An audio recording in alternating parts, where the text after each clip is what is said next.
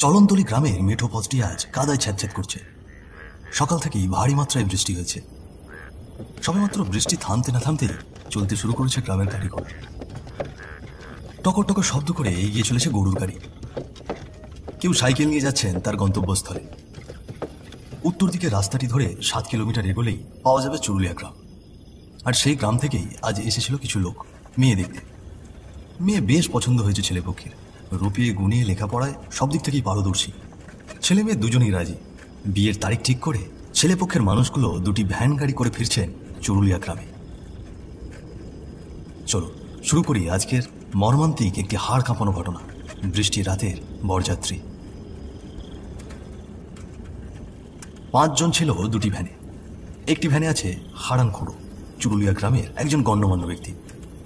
ছেলের বাবা হরিপদ আর ছেলের মামা কেষ্ট। অপর ভ্যানে বসে আছেন ছেলের খুব কাছের বন্ধু বিমল, আর তার পাশে বসে আছেন ছেলে, অর্থাৎ যার জন্য পাত্রী দেখা হলো। নাম সুভাষ। দেখতে শুনতে খারাপ না। রেলে চাকরি করেন।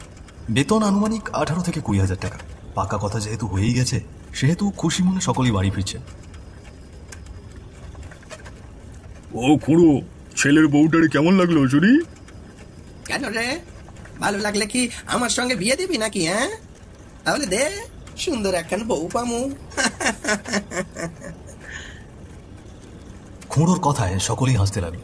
এমন হাসি ঠাট্টার মাঝেই তারা বাড়ি ফিরছিল। কিন্তু এই হাসি মুখ যেন আর বেশিক্ষণ রইল না। আকাশটি গড় গড় করে জল ছেড়ে দিল। এই সেমেছে গো, আবার যে বৃষ্টি নেমে এলো। আজ মনে হয় আমাদের আর বাড়ি ফেরা হচ্ছে না। চুপ কর, এসব কুলক্ষণে কথা মুখ দিয়ে ভুলেও বের করবি না। বকাঝকা বাদ দিয়ে এখন বলো কি করা যায়। এই ভ্যানওয়ালা, ওই যে সামনে একটা হোটেল দেখতে পাচ্ছি, ওখানে এই গাড়িটা থামাও। এভাবে তো আর বাড়ি ফেরা যায় না। বৃষ্টি থামলে তবেই বাড়ির উদ্দেশ্যে রওনা দেব। হ্যাঁ হ্যাঁ, সেই বোধহয় ভালো। ভ্যানওয়ালাটি হোটেলের সামনে গিয়ে ভ্যানটা দাঁড় করালো। সামনের চালককে দেখে পেছনের চালকটিও তার পেছনে দাঁড়িয়ে পড়ল। পুরনো একটি হোটেল। টিনের চালের উপর বড় করে লেখা আছে হরিদার ভাতের হোটেল। এদিকে মুষলধারে বৃষ্টি হচ্ছে। বৃষ্টির বড় বড় ফোঁটা টিনের ওপর টপ টপ করে ঝরছে। কিন্তু আশ্চর্যের বিষয় হলো, হোটেলের এক কোণে বসে আছে এক নারী। মুখে কালো মাস্ক আর পরনে নিশি কালো সালোয়ার কামিজ। মেয়েটি চোখ বড় বড় করে তাকিয়ে রইল তাদের দিকে। ভয় পেও না মা, আমরা চুরুলিয়া গ্রামে ফিরছিলাম। পথে বৃষ্টিতে আটকা পড়েছি, তাই একটু আশ্রয়ের জন্য এসেছি মা। তোমার যদি কোনো সমস্যা না থাকে, এখানে কি কিছু সময় পার করতে পারি? নমস্কার, আপনারা চাইলে ভেতরে এসে বসতে পারেন। আপনাদের গাগুলো তো দেখছি ভিজে গেছে। আমি কি আপনাদের জন্য একটি গামছা আর কিছু খাবার নিয়ে আসবো? না মা, আমরা কিছু খাবো না, তুমি বরং আমাদেরকে গামছাটা এনে দাও। জি, আপনারা একটু বসুন, আমি আপনাদের জন্য গামছা নিয়ে আসছি। সময় তখন আনুমানিক সন্ধ্যে 7:30। সন্ধ্যের পরপর এই রাস্তায় তেমন কোনো লোকজন দেখতে পাওয়া যায় না। কেউ কেউ বসে আছেন হোটেলের ভেতর। এদিকে সুভাষ আর বিমল ঠাঁই দাঁড়িয়ে থেকে দেখছেন বাইরের বৃষ্টিগুলো। কিছুক্ষণ পর বৃষ্টি অনেকটাই থেমেছে। এর মাঝে সুভাষ বলে উঠল, বন্ধু, দোকানের পেছনে একটা জঙ্গল দেখতে পাচ্ছি, চল তো সেখানে গিয়ে আমরা দুজন একটু বিড়ি টেনে আসি। হ্যাঁ রে, অনেকক্ষণ হলো খাওয়া হয়নি। চল চল, এক্ষুনি চল। এবার সুভাষ ঘাটটা ঘুরিয়ে বলল, বাবা, তোমরা একটু এখানে বসো। হ্যাঁ, আমরা ওই পেছনের জঙ্গল থেকে একটু পেটটা খালি করে আসছি। ঠিক আছে, সাবধানে যাস বাবা। রাতের বেলা জঙ্গলে সাপ পোকামাকড় থাকে, হাতে টর্চটা জ্বালিয়ে নে। আরে হ্যাঁ হ্যাঁ, তুমি একদম চিন্তা করো না। আরে আমরা কি এখনো সেই ছোট আছি নাকি? এলাম। তারা 1 পা 2 পা করে এগোতে লাগলো জঙ্গলের পথে। হালকা হালকা বৃষ্টি, আকাশে ভারী মাত্রায় বিদ্যুৎ চমকাচ্ছে। আশেপাশে একটি কাক পক্ষীও নেই। ওই দূর কোথা থেকে যেন ভেসে আসছে শেয়ালের ডাক। কিন্তু তাদের মনে একটুও ভয় নেই। মেয়েটা কিন্তু বেশ সুন্দর ছিল রে, কি বলিস? হ্যাঁ, তা যা বলেছিস, সুন্দর ছিল বলেই তো বিয়ের জন্য রাজি হয়েছি। আরে না রে, তোর বউটার কথা বলছি না। তাহলে তাহলে তুই কার কথা বলছিস? আরে হোটেলে যে মেয়েটাকে দেখলাম, কত সুন্দর তার চোখ দুটো, কি মিষ্টি মিষ্টি করে কথা বলে। সে কি রে, বন্ধুর জন্য মেয়ে দেখতে এসে নিজেই নিজের জন্য জুটিয়ে নিয়েছিস? বাহ, ভালো ভালো। তা বলছিস যখন, প্রস্তাবটা দিয়েই যাই নাকি? ভালোই হবে, দুজনে একই গ্রামে বিয়ে করব, ছুটি পেলে আমরা একসঙ্গেই শ্বশুরবাড়ি আসবো। কি বলিস? দে বিড়ির প্যাকেটটা দে। এই রে, এই হাঁটতে হাঁটতে তো অনেক দূরে চলে এলাম। আরে এই বিড়ির প্যাকেটটা দিবি তো। সুভাষ ঘাড় ঘুরিয়ে দেখল তার বন্ধু বিমল তার পাশে নেই। সুভাষ একভাবে দাঁড়িয়ে রইল। বিমল, আরে এই বিমল, এই মজা করিস না। আরে সকলে হোটেলে বসে আছে, মজা করিস না, বিড়িটা টেনে তাড়াতাড়ি যেতে হবে। এই বের হ বলছি, বিমল।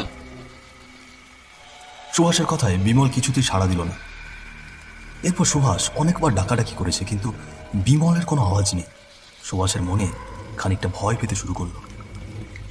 সে এদিক ওদিক ছোটাছুটি করে বিমলকে খোঁজাখুঁজি করতে লাগলো, কিন্তু না, বিমল কোথাও নেই। আরে এখানেই তো ছিল, কিন্তু গেল কোথায়? নিশ্চয়ই আমাকে ভয় দেখানোর জন্য হোটেলে চলে গেছে। দাঁড়া, আজ তোর মজা দেখাচ্ছি। এবার সুভাষ আবার হোটেলের উদ্দেশ্যে ফিরতে লাগলো। তার মনে কেমন এক অদ্ভুত ভয় কাজ করছে। কিছুক্ষণ আগে দুজন ছিল, তাই তখন ভয়টা খুব একটা লাগে। এখন সে একা, তাই ভয়ের মাত্রাও দ্বিগুণ।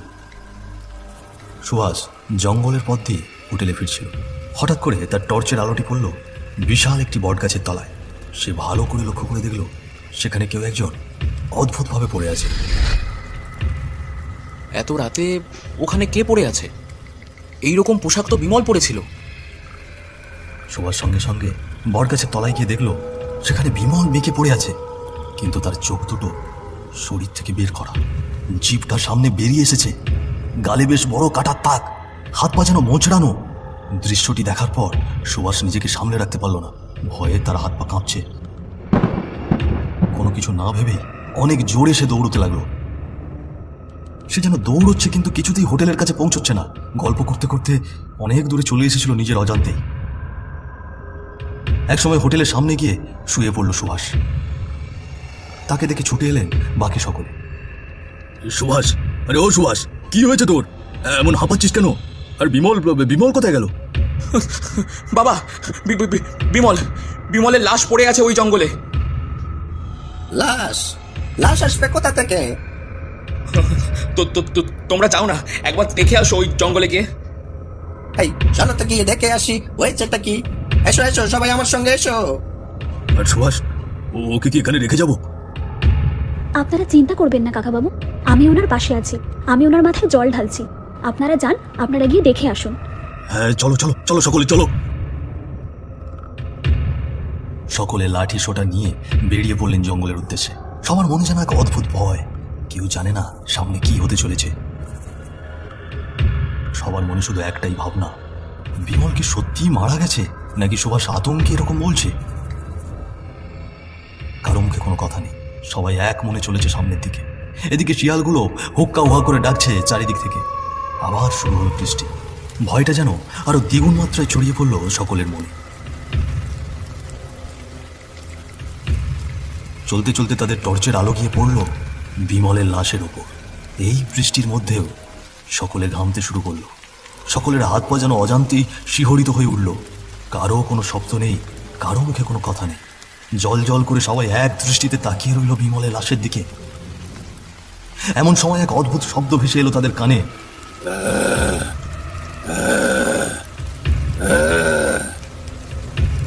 ধীরে ধীরে কিছু একটা নেমে আসছে সেই বট গাছটি বেয়ে।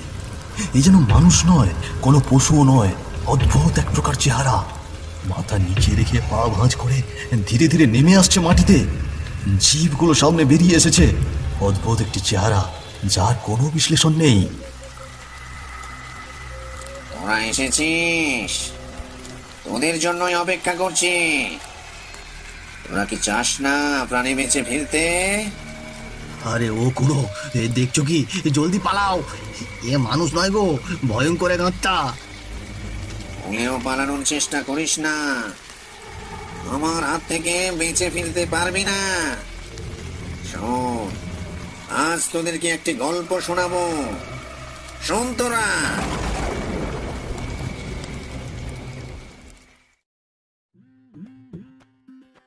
আমি এই গ্রামের একজন দুধ বিক্রেতা। প্রতিদিন বাড়ি বাড়ি থেকে দুধ সংগ্রহ করে বিভিন্ন হোটেল বা শহরে দিয়ে আসতাম। আমাদের এই গ্রামেরই একটি হোটেল হরির হোটেল। হরি মারা যাবার পর শত কষ্ট অভিমান বুকে নিয়ে এই হোটেলটি চালাচ্ছিলেন তার মেয়ে মায়াবতী। তার রূপ এবং গুণে মানুষ তাকে মায়াবতী নামে ডাকত। বাড়িতে একমাত্র ছোট ভাই। মায়াবতীর একটি স্বপ্ন, তার ছোট ভাইকে বড় করে মানুষের মতো মানুষ বানাবে, উচ্চশিক্ষায় শিক্ষিত করবে। মায়াবতীর কি নিষ্পাপ ডাক শুনে মনটা ভরে যেত।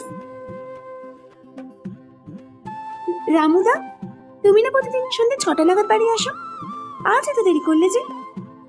আর বলিস না রে বোন, শহর থেকে এলুম আর কুটুমবাড়ি হোটেলের মালিক 3 দিন থেকে আমায় ঘোরাচ্ছে। দুধের টাকা পাবো, দিচ্ছেই না। তিনি হোটেলে ছিলেন না, তারা সেই বসে থেকে থেকে আমার দেরি হয়ে গেল। একেবারে চিন্তা করো না রামুদা, সেও হয়তো কোনো বিপদের মধ্যে আছে। সবকিছু ভগবানের উপর ছেড়ে দাও।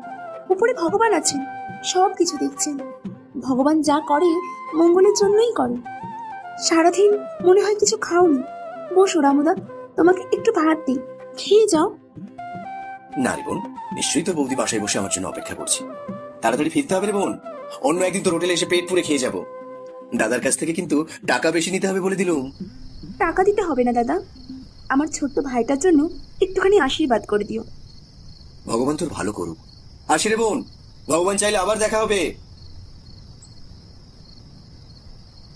এইভাবে 2 দিন কেটে গেল। সময় তখন আনুমানিক সন্ধ্যে 6টা। সেদিনও শহর থেকে ফিরতে আমার একটু দেরি হয়ে যায়।